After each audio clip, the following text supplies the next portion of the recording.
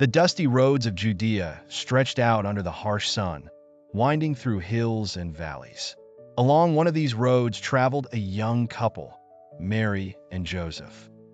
Their journey was slow and arduous, but they pressed on toward Bethlehem, the city of David, to register for the census decreed by Caesar Augustus.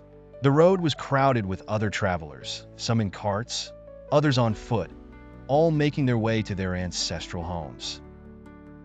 Mary winced as the donkey stumbled slightly, her hands instinctively cradling her swollen belly. "Are you all right?" Joseph asked, stopping immediately. Concern etched lines into his face.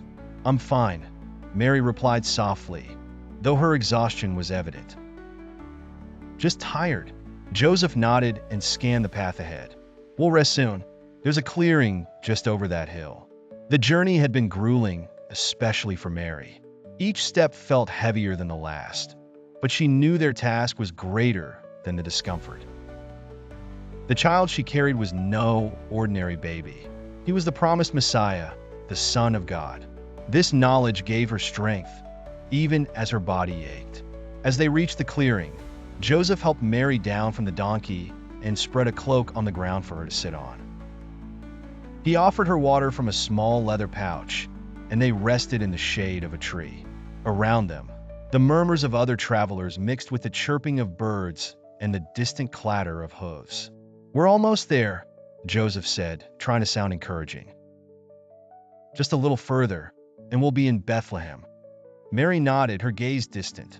"Do you think we'll find a place to stay?" Joseph hesitated. The city would be crowded, with so many people returning for the census. But he couldn't let Mary worry. "We'll find somewhere," he said firmly. "God has brought us this far. We'll provide." As the sun dipped lower in the sky, casting long shadows across the landscape, they resumed their journey. The air grew cooler, and the road became quieter as travelers settled in for the night. Finally, the lights of Bethlehem came into view, twinkling against the darkening horizon. Relief washed over them, but their challenges were far from over. The streets were bustling with people, and every inn they approached was full. Joseph knocked on door after door, only to be met with the same response: no room.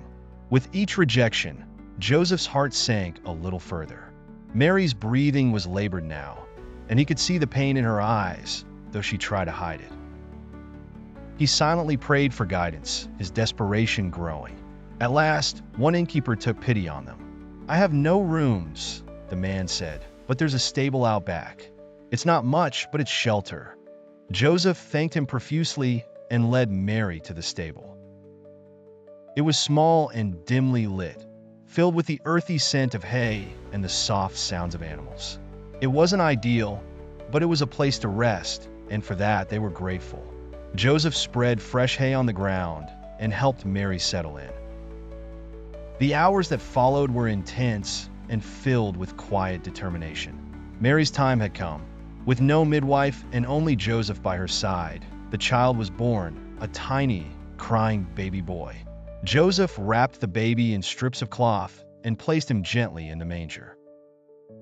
A feeding trough filled with soft hay. He knelt beside Mary, who gazed at her son with a mixture of exhaustion and awe.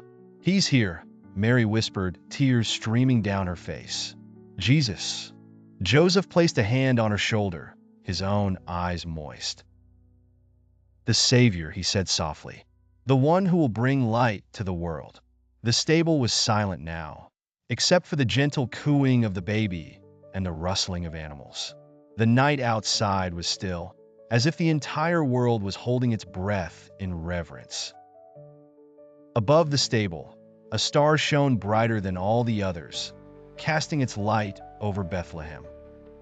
Far away, shepherds would soon arrive, breathless with the news of angelic visions, and wise men would begin their long journey, guided by the same star.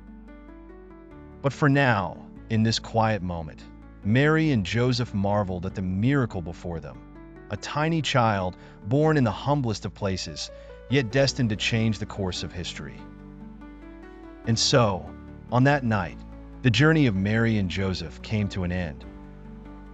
But the story of Jesus was only beginning.